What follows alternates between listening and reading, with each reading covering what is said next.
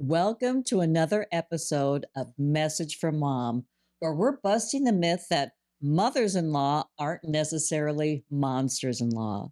And I'm joined by my lovely co hosts, who happen to be my daughters in law. And I have Kelly to the left of me, Hi, I'm Kelly. I'm married to Beth's oldest son, Alex.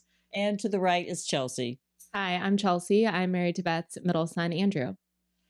And we know that you don't necessarily need to be a blood relative to love your relatives. So, ladies, let's raise our glasses for another toast. Cheers. Cheers. And I love today's topic. Cheers.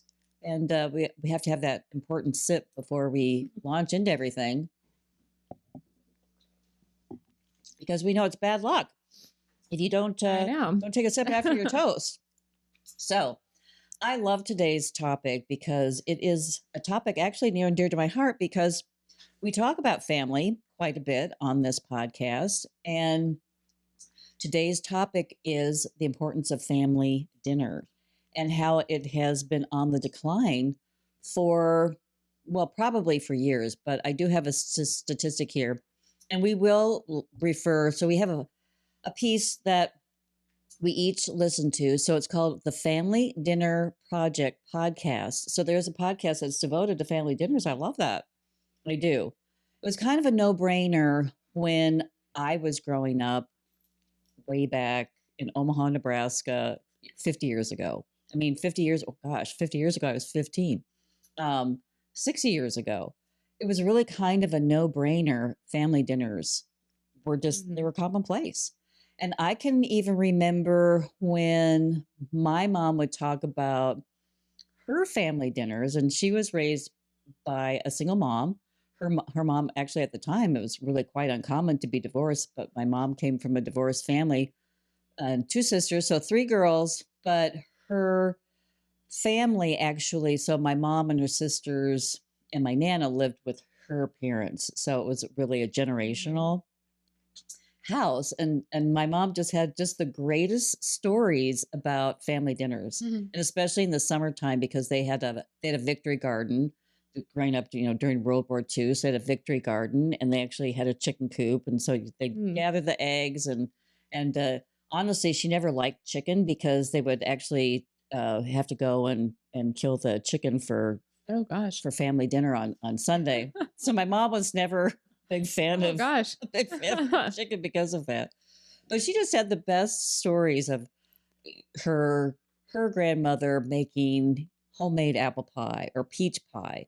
And, she and her sisters like fighting over the last piece of peach pie, and, just very cute things, and having to do the dishes afterwards. It was a big thing, making the meal, setting the table, then cleaning up afterwards. And her younger sister was always coming down with, oh, she just didn't feel very well. It was time for dishes. I mean, my mom always would regale these stories of how she and Terry would be so mad because her little sister was always, exit stage right or left with some sort of ailment. But it was a big deal, but it was very commonplace.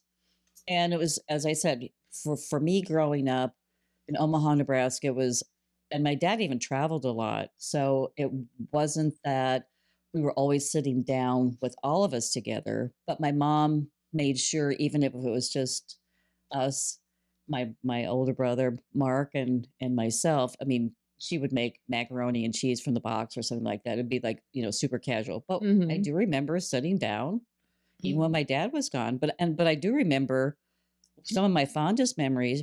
Saturday night would be always steak night because my dad loved steak. So it was always steak night. And then we would move into the dining room and then eat dinner there, as opposed to the kitchen. But we do know that family dinners are on the decline, and it is really kind of startling because one of the statistics from the Family Dinner podcast is that in the past 20 years, it has declined. Family dinners have declined by 33%. I believe it is. Is that correct? That's right. Am I looking at this accurately? Okay. Yeah, I know you are. Thank you, ladies. So that's why I just thought it would be a great topic to talk about family dinners today. and how it's changed, how it, I mean, I just brought up how, what it looked like in my mom's generation. I just love to hear those stories. Briefly touched on, what it was like me growing up in Omaha, Nebraska. And it was honestly, it was even a no brainer. And I do remember, I mean, being busy and going off to activities. I mean, especially in the fall, my brother played football his entire life and going off to football practice. But I don't remember that really impacting our family dinner. I think we just waited until, so maybe we didn't have dinner until like 6 o'clock.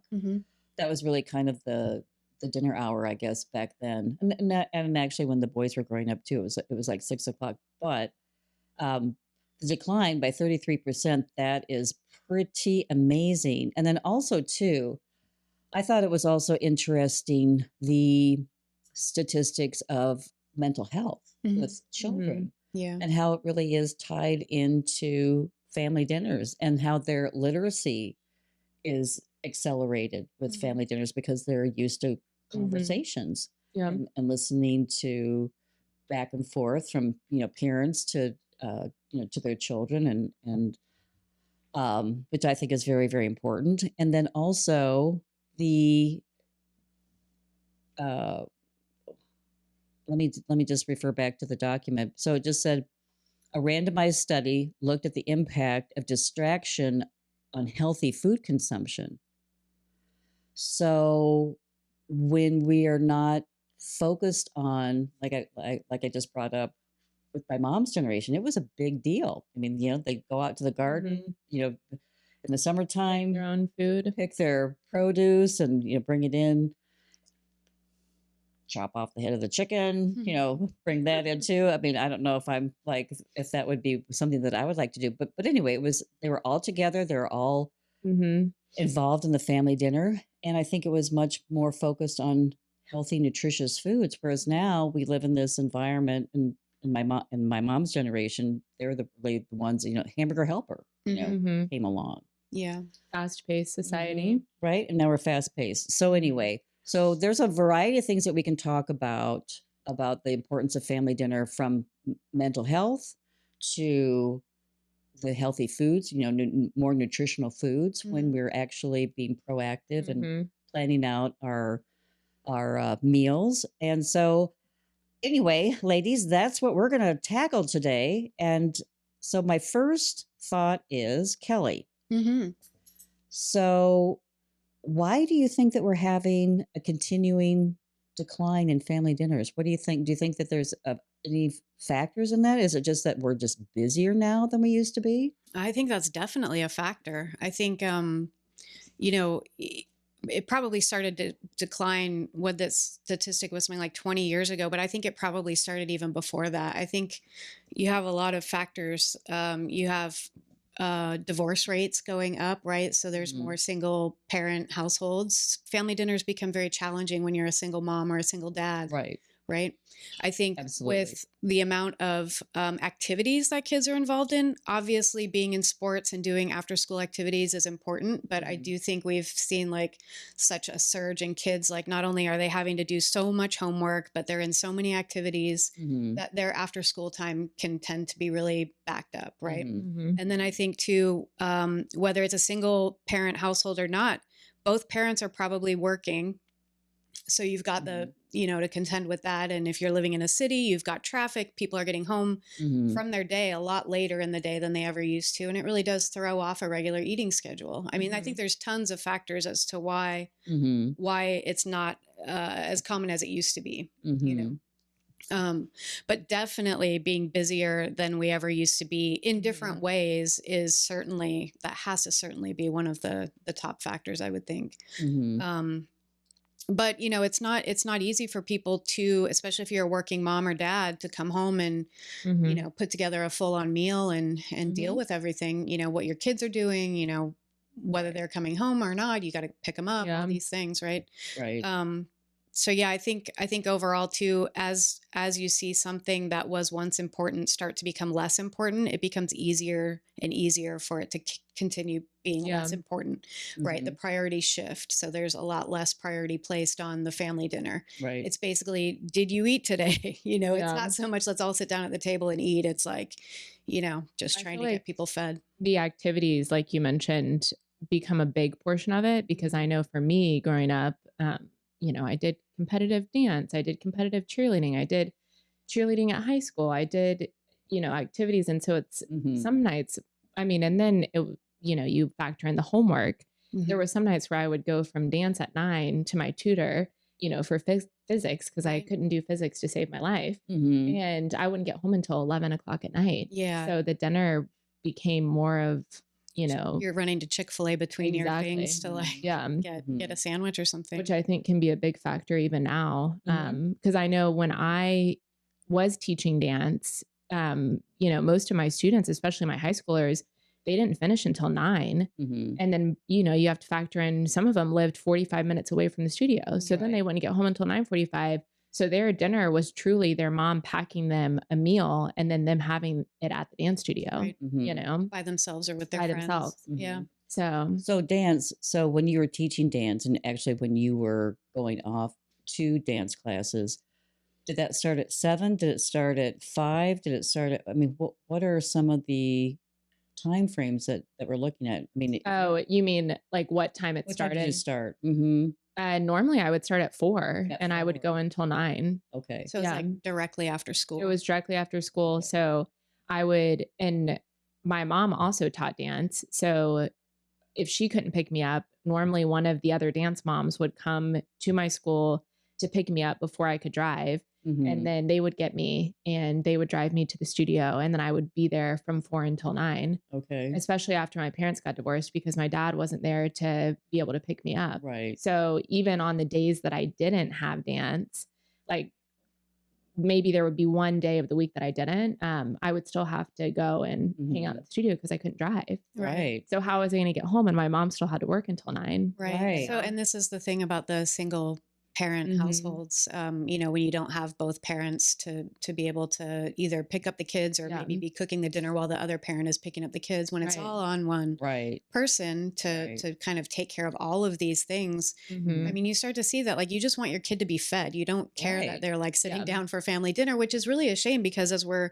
kind of what I learned in that podcast and read otherwise, and I think it's an intuitive thing that we all can kind of realize when you sit down and think about it, is the benefit of the family dinner, not only for strengthening family bonds, the literacy rate for your children, the obesity rates, healthy eating habits being established at a reasonable, young age, all of these benefits that come from having family dinner that are probably, like, I think the social sort of the behavioral issues too that kids can benefit from having family dinners. I think all of those things start to just fall away when all you really need to focus on is making sure that your kid gets fed. Right. Yeah. So, it's a challenging thing, I think, as parents to try. I'm not a parent, but I can imagine it being an incredibly challenging, especially if you're a single parent, to just get food in your kid, much less have the family dinner. Well, I do have a question. So what did dinner look like for you, since you went to dance right after school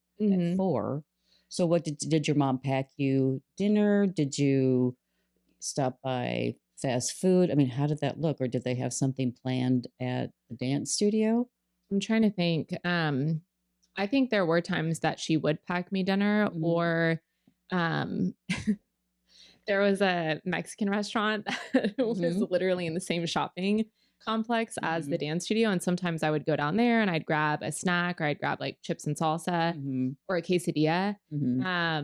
But sometimes she would pack me dinner, and then we would always go down. This sounds terrible, but there was also a Blockbuster in the same shopping complex. And we would always go down there to get snacks too, and like get candy, which obviously is not a meal. Right. But, and there also, now that I think about it, there was also a Publix that was across the street. So sometimes, we would, in a group, all of the dance kids would run across the street, and get a Publix sub or get something from Publix. Okay. So it just varied. I mean, honestly, I think to your point, I think my mom was just trying to survive. You know what I mean? I think Absolutely. because she worked at Publix, basically from 3:30 a.m. until noon. And then she would get off of work. She'd come home, she'd take a nap. I was still at school. She'd have to have someone pick me up from school because my dad was no longer even in the state of Georgia. And then she had to be at dance at 4, and then she would teach at 9. We get home at 10, and then we'd do the whole thing over again. Right. Yikes. You know, It was rinse and repeat. yeah. Yes. I mean, I don't even know, looking back, how she even managed to function herself, much less keep me alive. You know? Well, and that is one of the factors of why there is a breakdown of family dinners. Yeah. And as you brought up, Kelly, when you are a single parent and you are working full time, and then your child is then involved in activities, and or maybe you have to do, I mean, some families, actually, some single families, that parent has 2 jobs. That they're juggling. Yeah. So there are so many factors. I mean, it really is the splintering of the family. So we've seen the splintering of the family come into play, and so then as a result, then family dinners are also at risk too. Yeah. Although, I mean, I do see, so I'm going to just follow this up. So, and we did look at the positive impact of a family dinner. Literacy rates go up, and you're going to bond with your family more. So your social skills are going to be tighter than in the, under other circumstances. And actually, so I just thought of this before we started the podcast. So when I was growing up, the Kennedy family was really in the news all the time. And that is because one of them became president of the United States. John F. Kennedy was, actually, I think he was the youngest president elected. But when you would take a deep dive into his youth and growing up in the 20s and 30s, dinner time was sacred. I mean, this is a family of 9, of course. I mean, they were wealthy, and they had a lot of help. So it's not like, the mom was slaving away in the kitchen, but there were 9 of them. But they were expected to sit down at the table at a certain time, and if they didn't, they would be like fined or punished or things like that. But they knew that they had to be home. Whatever they were doing, they had to be home. Yeah. There's 9 of them, so obviously there's a lot of comings and goings and this and that. But what really struck me was that the mom, and her name was Rose Kennedy, she would have topics that they would have to discuss at the dinner table. I like it. So then talking about literacy rates going up, really, that just really kind of struck me. One of the other things I think that well, the Kennedys surely, but parents in general benefit from too. Like all of these studies that we're referencing that talk about literacy rates and obesity and overall general health of children, mental and physical. These studies also went into the benefits for parents as well. It's not just the kids who benefit from family dinner, right? It's the parents. It's not only helping them form better bonds with their children, but they're also, and one of the things that I thought was really interesting is that it can help reduce the feeling of family chaos and actual family chaos for the parents. So it's kind of this almost, this moment where the family can sit down together, and yes, dinners can be chaotic or whatever, but it is interesting that there is this benefit of feeling like as a parent, like you have control over a situation, one aspect of your life. Yes. And I don't know, I think there's something really nice about that too, that that there is just as much benefit for parents, adults, as there is for kids with the family dinner. I think that like bringing it back to the activities and why it is hard for people to set that time at 6 p.m. at night or whatever it may be for them to have the family dinner, because all of these activities go later and later.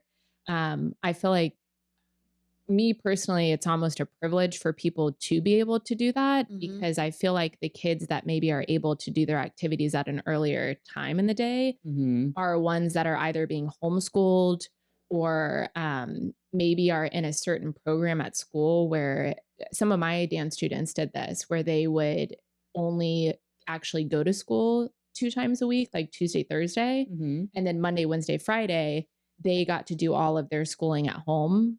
If that makes sense, like some sort of like a charter program. Wow. So I have never heard of that. So they were homeschooled several times a week, and then they actually went off to school. And then they went to school. Yeah. Like a So Fox they got to program. actually socialize with kids, but it helped in the sense of their activities because they were able to do, you know, either get their schoolwork done before dance or do the dancing. You know, the dancing is hard because most of the activities are later because most kids do go to school. Right. Right. So it's kind of, especially if you're in a competitive environment. But I know for my mom, she wanted me to be in activities because Right. I feel like she felt like, okay, if that's how she's going to get in trouble is if she's not, Right. you know? Yeah. And I think that that's one of those, conflicting things that parents have to deal with where they want to keep their kids busy after school so they're not getting into trouble and things like this. Right. But I do think that there's some away fine from line. There is some line, and especially kids get more homework now than like ever before, right? So I mean, I feel like I had a lot of homework, and I think it's even worse now. Yeah, it's but I think that's part of, part of the issue. It's kind of funny. I think American schools start earlier in the day than schools in most other countries too. So it's kind of interesting to think about what a kid's schedule throughout the day is like when you have them in activities and you want to try to have this wholesome family time, each night at home. The idea that when the pandemic happened, for instance, and people started to work from home and people started to realize like how you can adjust your day and work at the times that work best for you. So people were really loving this, right? I mean, working from home is one of the best things ever. Right. Absolutely. Right.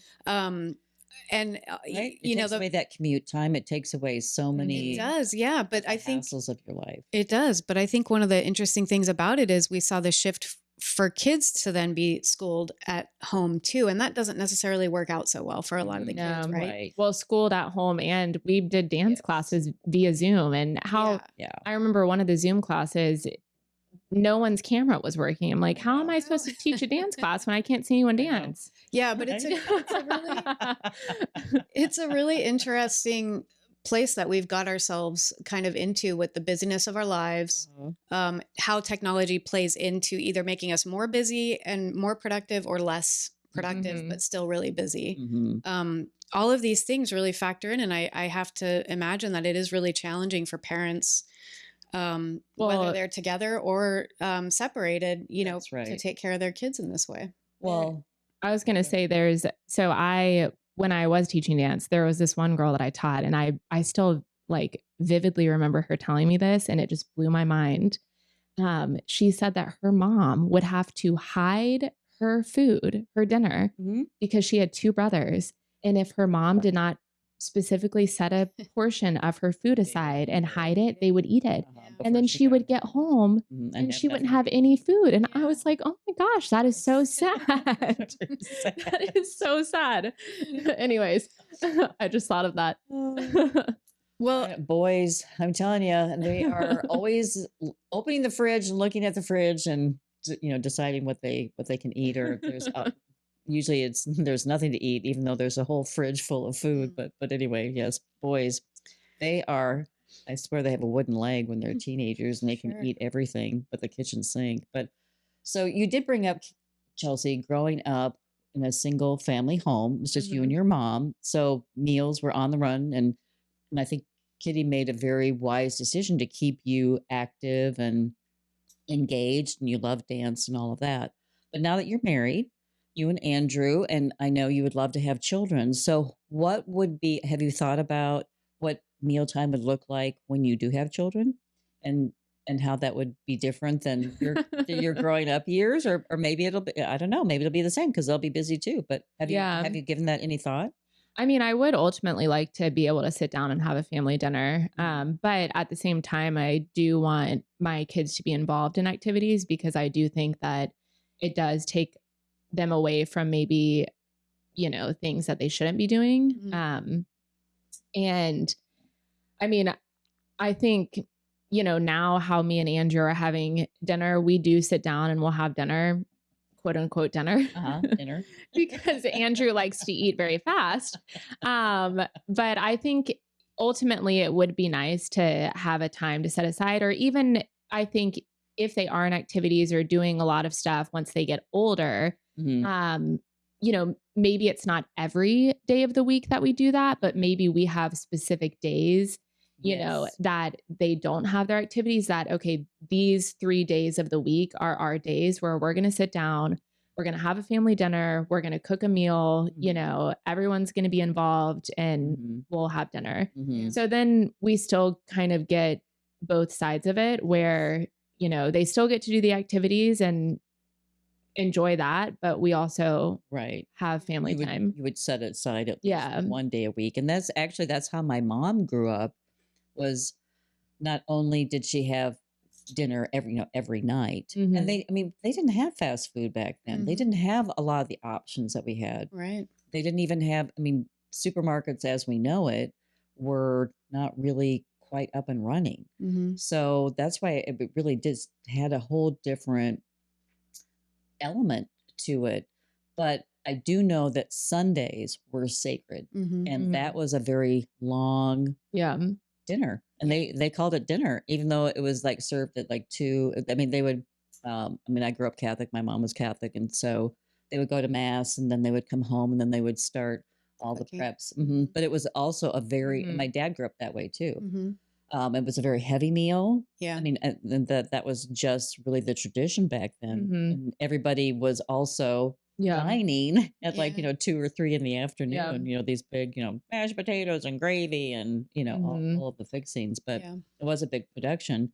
So I do think that that's good that you're at least thinking about at least one day. Well, I also think too, might not be a 3-hour production, but no.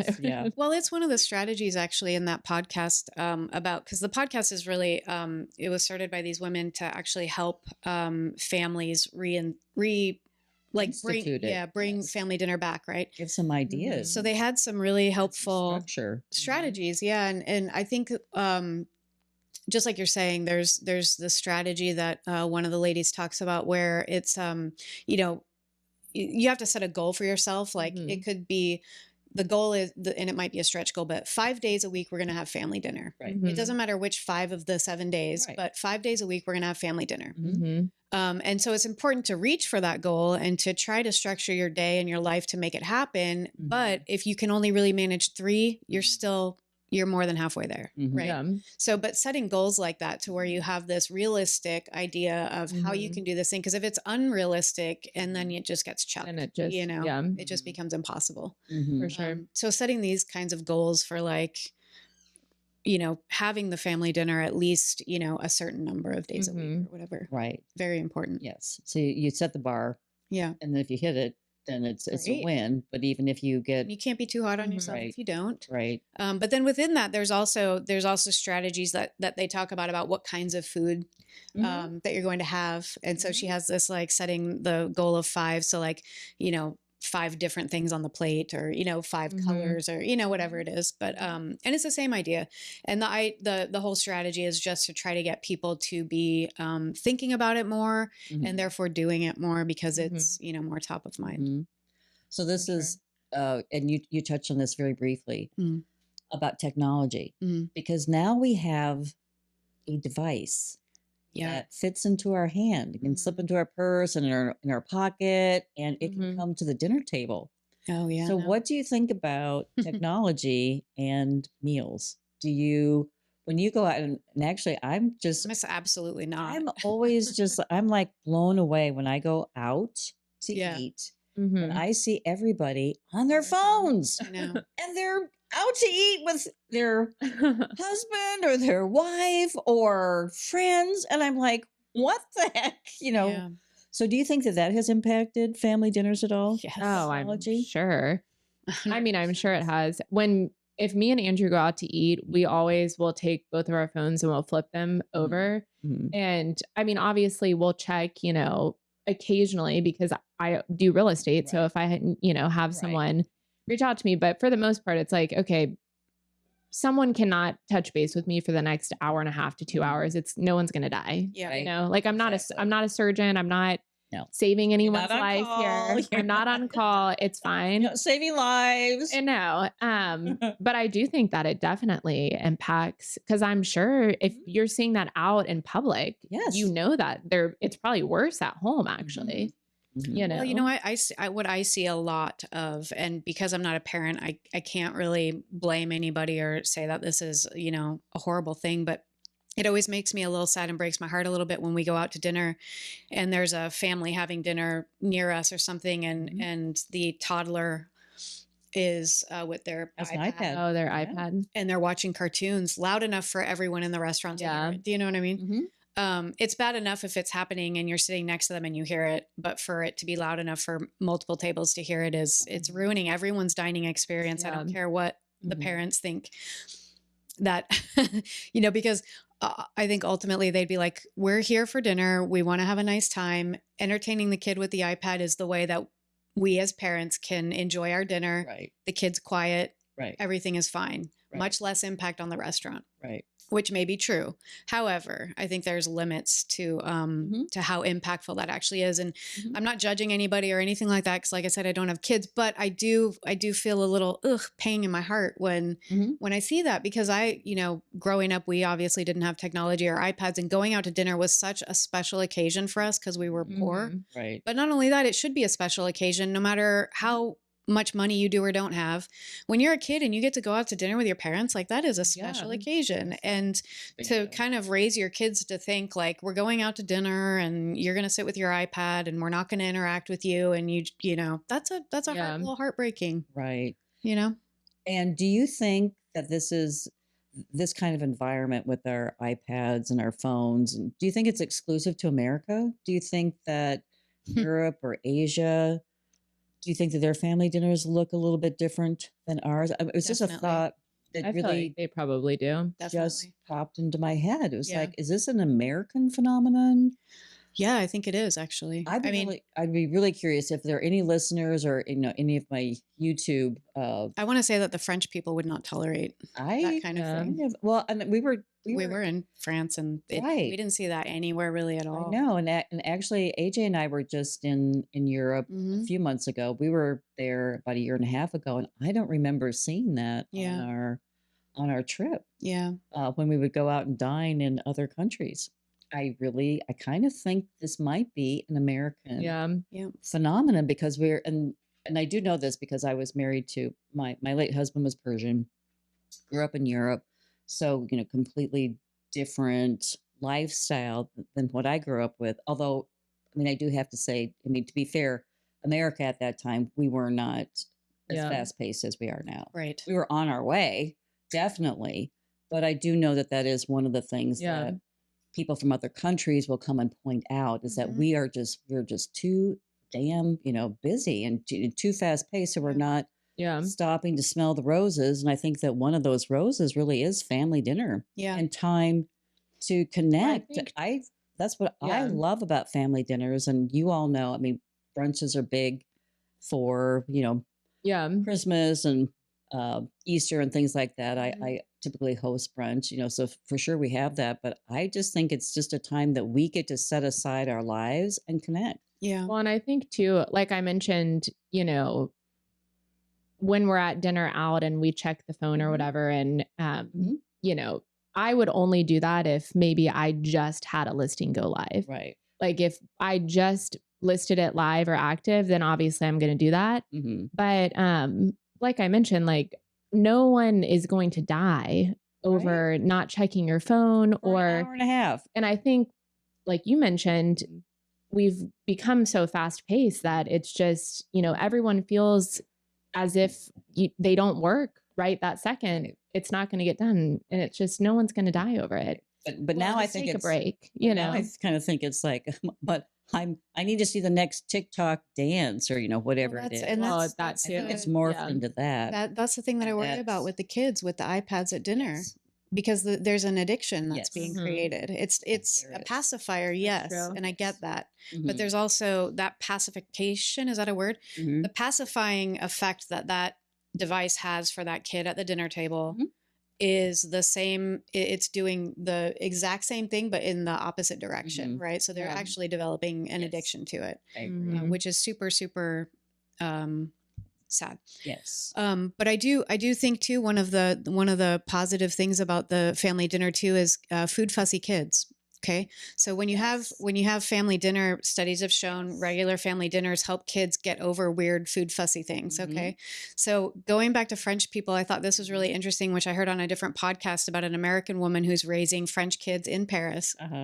And she was talking about how her young kids, like when they're going like kindergarten, toddler age, the food that they're eating at school is like amazing. I mean, it's just the most beautiful, amazing, fresh French food, cheese, meats, all these things, right?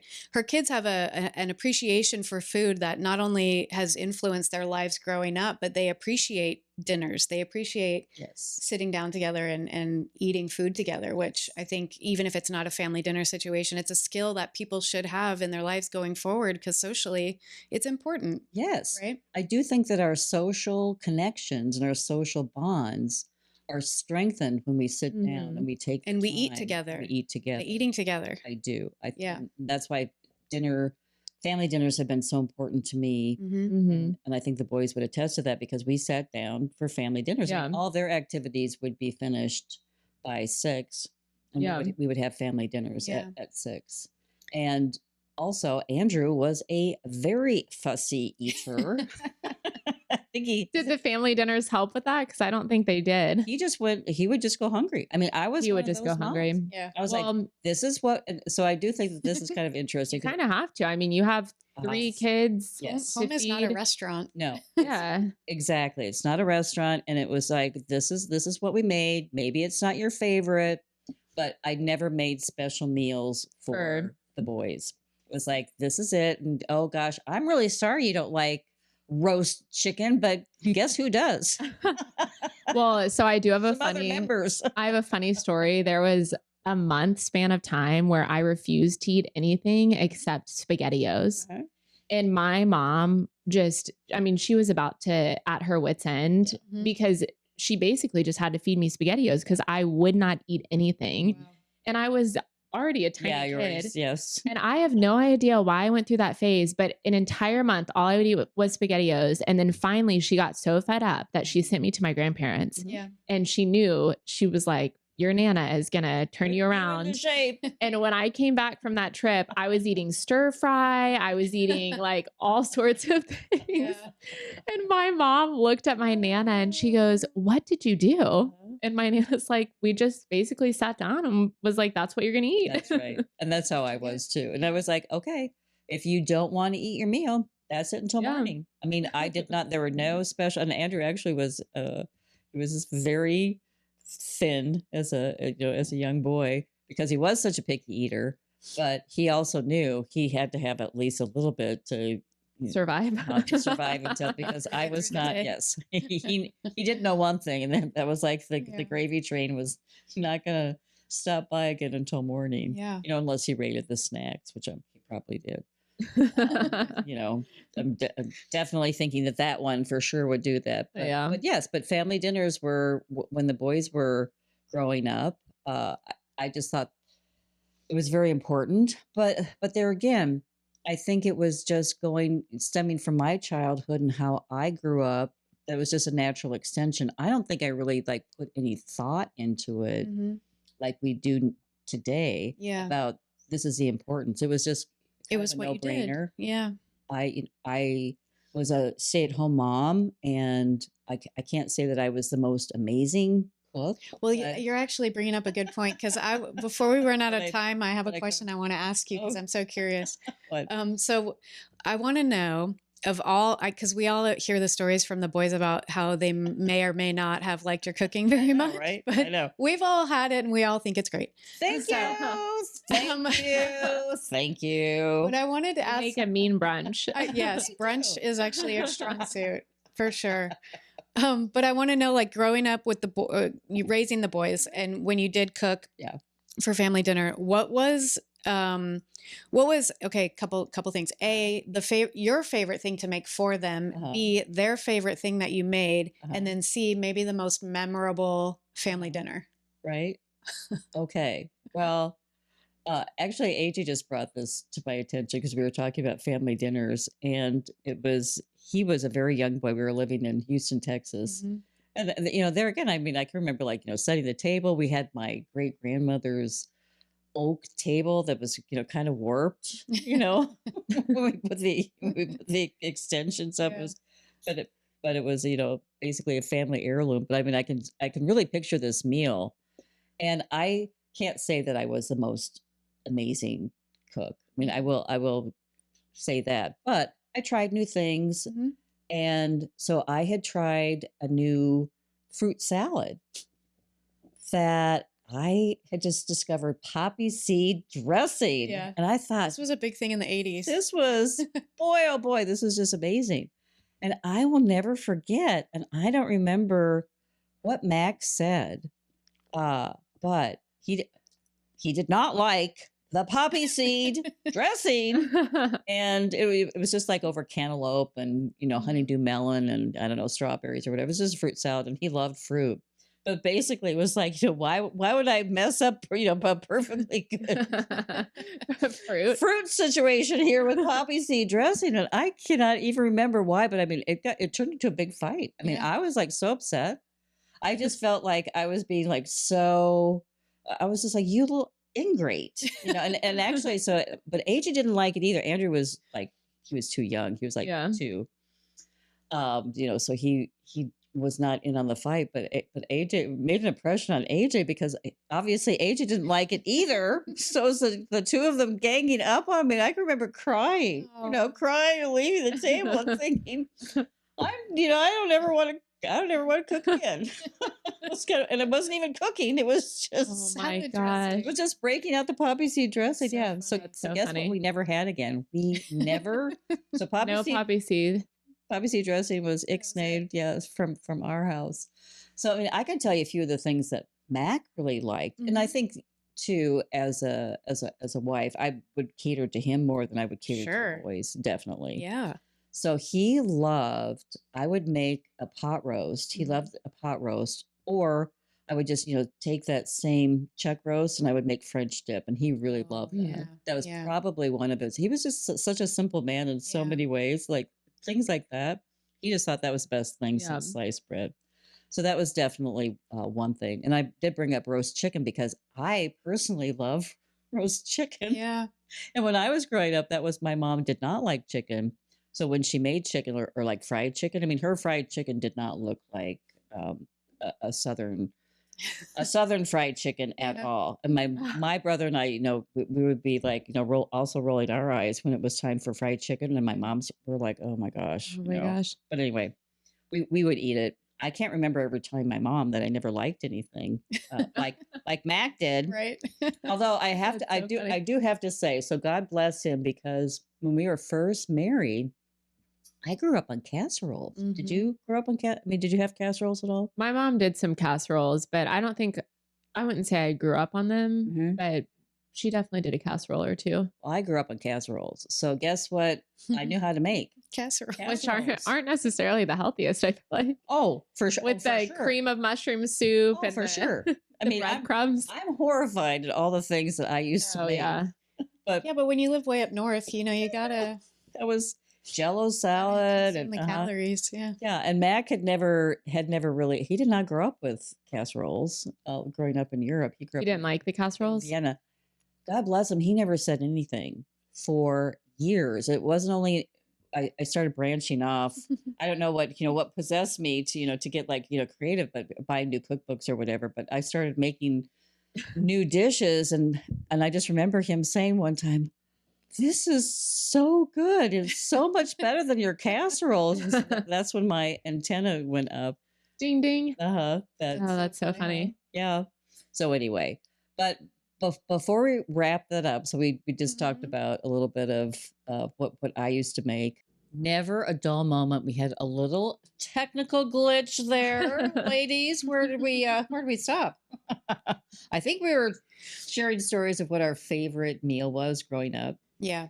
I think I shared maybe one recipe that didn't go over very well with my late husband Mac and AJ when he was little. But anyway, so Kelly, growing up, what was one of your mom's favorite dishes? Well, I really loved her spaghetti and meat sauce. It was always a weekly thing, and she would make a big pot of it, and we all loved it. But I really do think, though, looking back, like my grandma would always have family dinner, and we spent a lot of time over at my grandma and grandpa's house. And so my grandmother's beef stroganoff with breadcrumbs on top, like toasted bread. It was so good. That is a very, I mean, that's like a comfort food. It really is. Yeah. Especially for winter. Mac loved beef stroganoff too. I had a pretty good recipe for beef stroganoff. He loved that. Yeah. Really, really good dish. There was actually, when I was growing up, my mom made like a hamburger version. Of beef stroganoff. So it was like, just a hamburger helper had a beef stroganoff box. Yeah. Okay. Well, my mom at least did it from scratch. But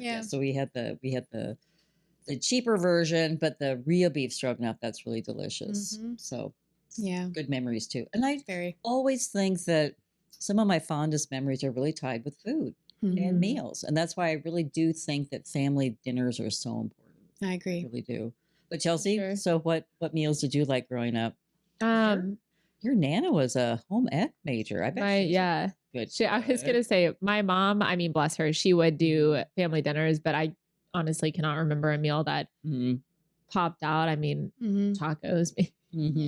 But also, well, I do remember, so funny enough, we had these neighbors that lived like 2 doors down, and their mom would always make really bad food like chicken tenders and pizza. And all the good stuff that was bad. All the good stuff that was bad. And I always wanted to stay over there for dinner. And it got to the point where I remember Miss Paula was her name, and she would be like, "Oh, well, Chelsea's welcome to stay for dinner." And finally my mom had to put her foot down and be like, "No, she's coming home. She's been outside for the past 6 hours. She's coming home." She's coming. But honestly, I would say things that stick out from my Nana and my Papa. So my Papa makes really good pancakes, and I'm not really a pancake person, but whatever he does to these pancakes, they're delicious, and I love them. He uses Bisquick. No, he doesn't use. He doesn't. No, not Bisquick.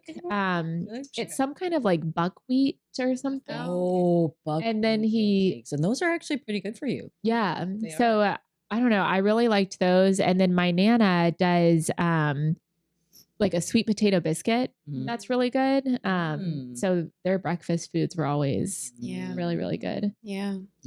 Sounds really good. Well, as I said, I think that it's good for us to take a look at family dinners, what's changing, what perhaps we could do to keep that lovely, lovely ritual alive. Because I do think, even if it's once a week, to get together and break bread, I just think there's just something very, very special. And just as I said, growing up, my mom was not the most fantastic or accomplished cook, but she was always adventurous. And so she would be the one that wanted to get the wok because she was going to try the tomato beef recipe that she had, or whatever it was. And so I was always very impressed that she was willing to try. Yeah. So even though, and I will remember too that because my dad grew up, he was the youngest of 7 children. So always a family meal there, but he was the type that he knew at a very young age that you had to be kind of a little aggressive at the dinner table because that chicken leg might be gone. Yeah. But his mom always made homemade pies. Oh. And I just remember him saying, "Francine, is it too much to ask?" That was one thing. Yeah, she was ready to make that tomato beef, but not the apple pie. So, but anyway, do you think we've covered everything today? Yeah, I think so. All right. Well, stay tuned because we are going to introduce a new segment. We're very excited about this. So this is actually our first time that we're sharing this on our podcast, and that is New and Noteworthy, which is Chelsea, Kelly, and I will be sharing something that we've shopped, something that we've watched, or something that we've read. So stay tuned. Okay, so as I mentioned, we are introducing a new segment called New and Noteworthy because we just all got together and, we're ladies and women, and we do like to shop, and we like to watch our TV shows, and we like to listen to new podcasts. So we thought we would just share every week what we've actually been watching, shopping, or reading. So, Kelly, I'll let you kick it off. So, Okay. what do you have that's new and noteworthy? And it might not even be. I have to admit, mine is not necessarily new. It's new to the podcast. Yeah. And it perhaps is new to both of you, but it's not hot off the presses. Yeah. But mine is definitely more of a noteworthy than a new. Okay. So the television show Modern Family. Oh my gosh. Okay. I missed the boat on this show when it first was on TV. So I had never seen one single episode That's of so it. surprising. I know. The TV. Well, here's the thing, consumer that though. you are. I know I'm a big TV consumer, but I don't watch sitcoms really, and really, I don't. Old ones, like Golden Girls, love it. Favorite sitcom of all time. Love Lucy. I Love Lucy, Okay. Laverne and Shirley, like all the old ones. Okay, but Mork and Mindy. I didn't ever watch Mork and Mindy. Oh, gosh, okay. Yeah. That's where Robin Williams goes. I know. I've definitely seen it, but it wasn't one of my go-to shows. But Modern Family. So my husband kept kind of elbowing me to give this show a try, and now that all of the seasons are on Hulu, How many do they have? I think 10. Okay. I knew it was a Yeah, lot. it's a lot. Yes. It's a lot. So I finally gave it a go because I think a lot of my shows ended all at the same time a couple months ago or a month ago, and I just needed something fresh and new. So I started watching Modern Family, and I really fell in love from episode 1. Like, it was such kind of a revelation, and it's not the typical 3-camera sitcom like I Love Lucy.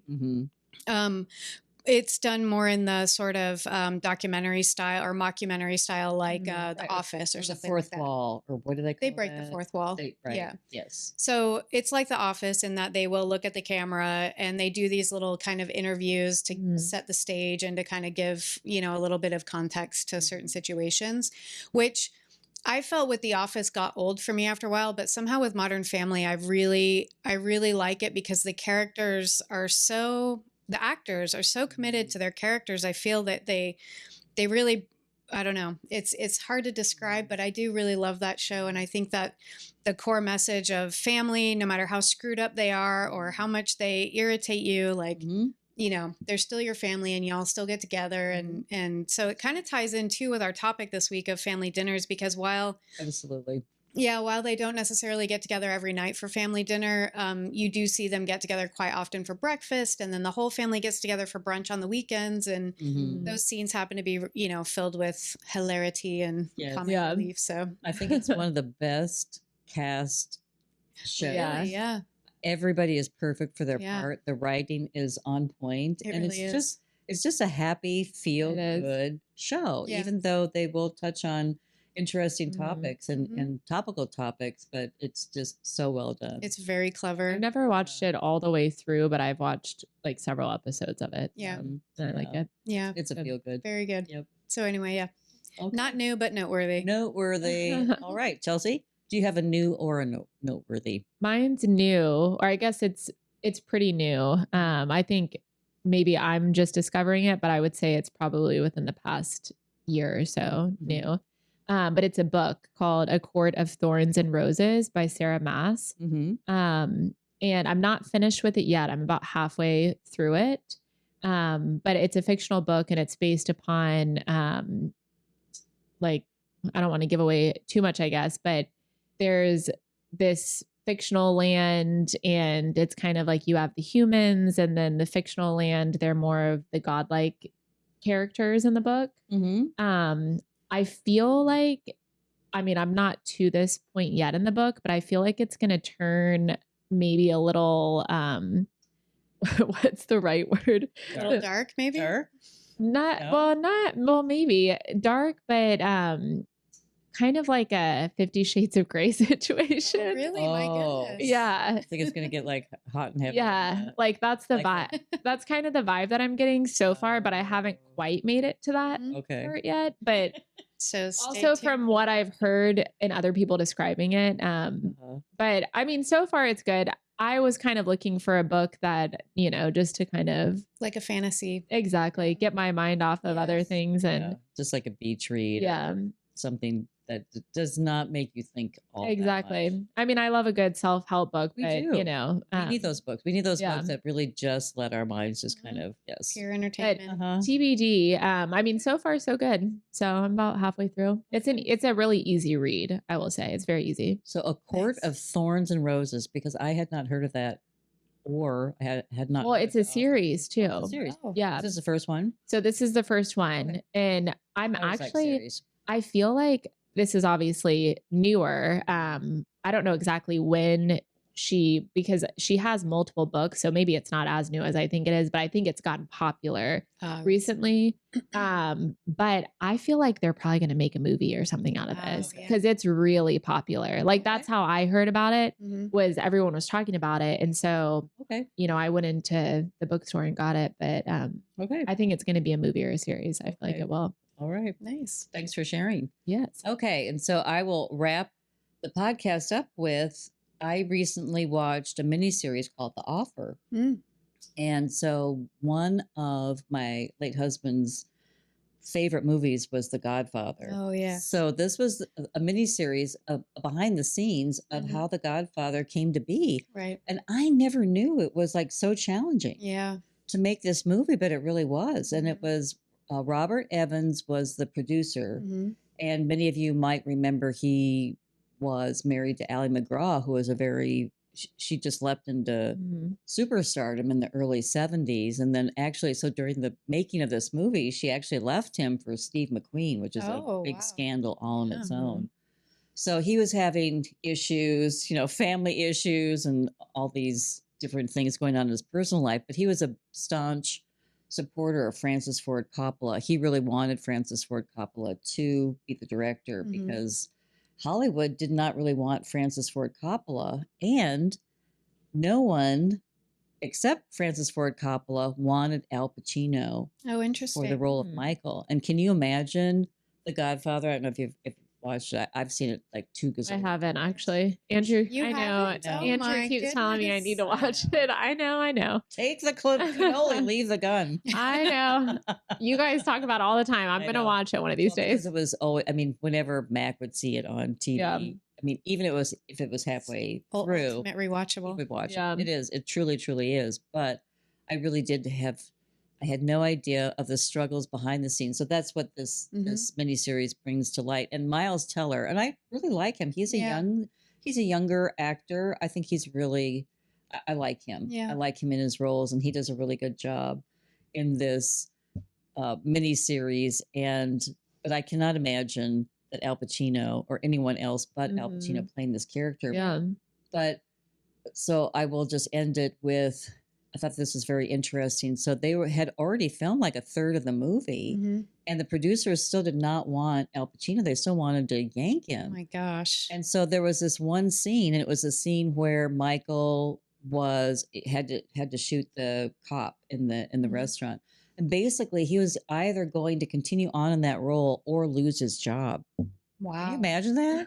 Can you imagine the pressure? Wow. Yeah. Isn't that crazy? Yeah. But anyway, so if you want just a nice mini series that really, it's like a little docu. I'm sure they inserted a lot of they took umbrage with a lot of facts, but it does tell the story of how The Godfather came to be. So I thought that was very interesting. It is interesting. So also just really quickly, isn't the young lady from Ted Lasso in that also?